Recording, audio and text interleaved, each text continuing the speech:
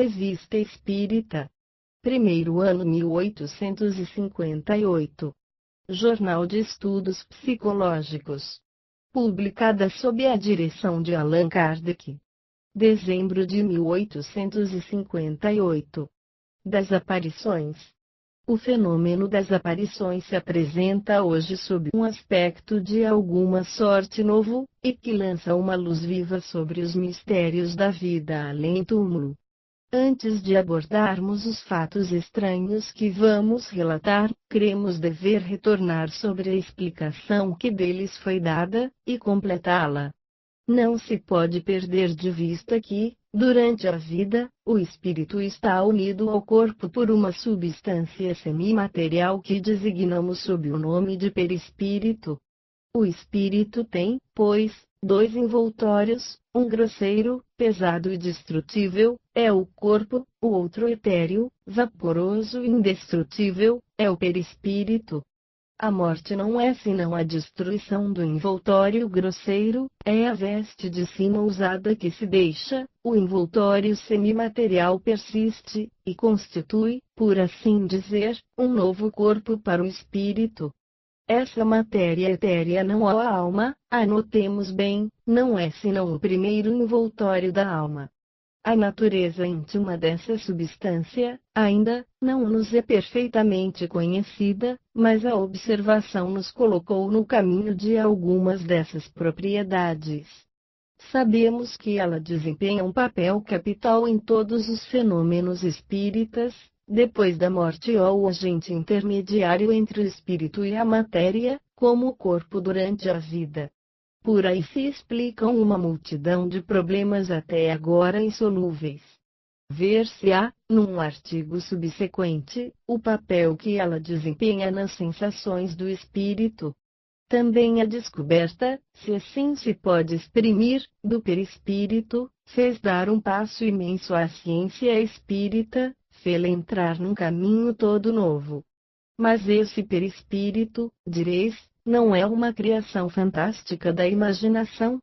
Não é uma dessas suposições como, frequentemente, faz-se na ciência para explicar certos efeitos? Não é uma obra de imaginação, porque foram os próprios espíritos que o revelaram, não é uma ideia fantástica, porque pode ser constatada pelos sentidos, porque se pode vê-lo e tocá-lo. A coisa existe, só a palavra é nossa. São necessárias palavras novas para exprimirem coisas novas. Os próprios espíritos adotaram nas comunicações que temos com eles.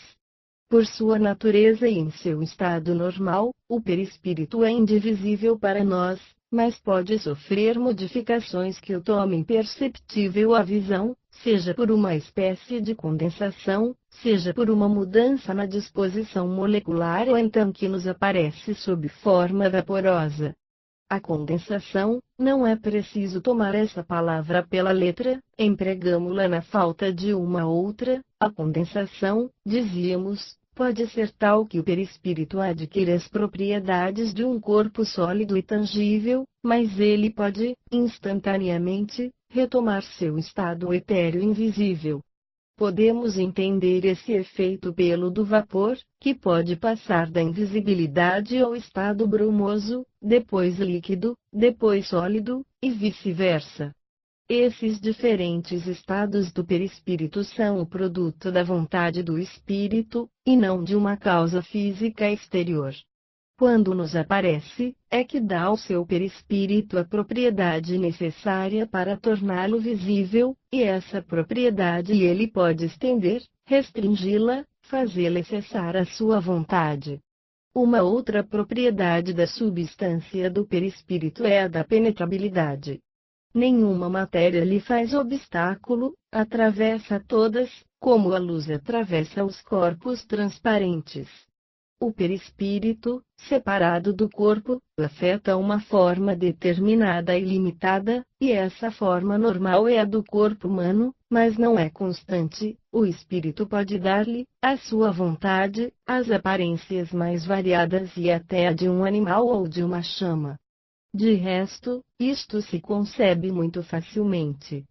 não se vêem homens darem, ao seu rosto, as expressões mais diversas, imitarem, ao ponto de enganarem, a voz, o rosto de outras pessoas, parecerem corcundas, coxos, etc. Quem reconheceria na cidade certos atores que não se vira senão caracterizado no palco? Se, pois, o homem pode assim dar ao seu corpo material e rígido aparências tão contrárias, com mais forte razão o espírito pode fazê-lo com um envoltório eminentemente flexível, e que pode prestar-se a todos os caprichos da vontade. Os espíritos nos aparecem, pois, geralmente sob uma forma humana, em seu estado normal. Essa forma nada tem bem característica, nada que os distingue uns dos outros, de um modo bem marcado. Nos bons espíritos, ela é ordinariamente bela e regular, os longos cabelos flutuam sobre os ombros, roupagens envolvem o corpo. Mas, se querem dar-se a conhecer, tomam exatamente todos os traços sob os quais foram conhecidos, e até a aparência das vestes, se isso for necessário. Assim, Esopo, por exemplo, como espírito não é disforme, mas se for evocado, enquanto Esopo tivesse mesmo várias existências depois, apareceria disforme e corcunda, com o costume tradicional. Esse vestuário, talvez, é o que mais espanta, mas considerando-se que faz parte integrante do envoltório semimaterial, concebe-se que o espírito possa dar, a esse envoltório, aparência de tal ou tal vestuário, como a de tal ou de tal rosto. Os espíritos podem aparecer seja em sonho, seja no estado de vigília. As aparições no estado de vigília não são nem raras nem novas, houve-as em todos os tempos, delas a história narra um grande número, mas, sem remontar tão alto, em nossos dias elas são muito frequentes, em muitas pessoas que as tiveram, à primeira vista, tomaram-nas pelo que se convencionou chamar de alucinações. São frequentes, sobretudo, nos casos de morte de pessoas ausentes, que vêm visitar seus parentes ou amigos. Frequentemente, elas não têm objetivo determinado, mas pode-se dizer que, em geral, os espíritos que nos aparecem assim são seres atraídos a nós pela simpatia. Conhecemos uma jovem senhora que via, muito frequentemente, em sua casa, em seu quarto, com ou sem luz, homens que ali penetravam e dali se iam apesar das portas fechadas. Com isso estava muito atemorizada, e isso a tornara de uma pusilanimidade que se achava ridícula. Um dia, ela viu distintamente seu irmão, que estava na Califórnia, e que não estava morto de todo, prova que o espírito dos vivos pode também transpor as distâncias e aparecer em um lugar ao passo que o corpo está a lures. Depois que essa senhora se iniciou no espiritismo, não tem mais medo, porque tem consciência de suas visões, e sabe que os espíritos que vêm visitá-la, não podem fazer-lhe mal. Quando o seu irmão lhe apareceu, provavelmente estava adormecido. Se ela entendesse a sua presença, poderia conversar com ele, e este último, em seu despertar, poderia disso conservar vaga lembrança. É provável, além disso, que nesse momento ele estivesse sonhando que estava perto de sua irmã. Dissemos que o perispírito pode adquirir a tangibilidade, disso falamos a propósito das manifestações produzidas pelo Sr. Home. Sabe-se que, várias vezes, fez aparecer mãos que se podiam apalpar, como mãos vivas, e que, de repente, se esvaneciam como uma sombra, mas não se vira, ainda, corpo inteiro sob essa forma tangível. Isso não é todavia uma coisa impossível. Numa família do conhecimento íntimo de um de nossos assinantes, um espírito se ligou à filha da casa, criança de 10 a 11 anos, sob a forma de um lindo rapaz da mesma idade.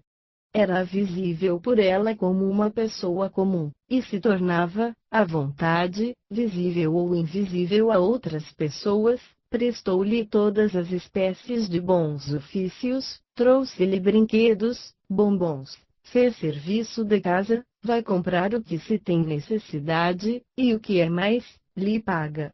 Isto não é uma lenda da mística Alemanha, nem é uma história da Idade Média, é um fato atual, que se passa, no momento em que escrevemos, em uma cidade da França, e numa família muito honrada. Fomos capazes de fazer, sobre esse fato, estudos plenos de interesse que nos forneceram as revelações mais estranhas e as mais inesperadas. Dele proveremos nossos leitores, de modo mais completo, em um artigo especial que publicaremos brevemente.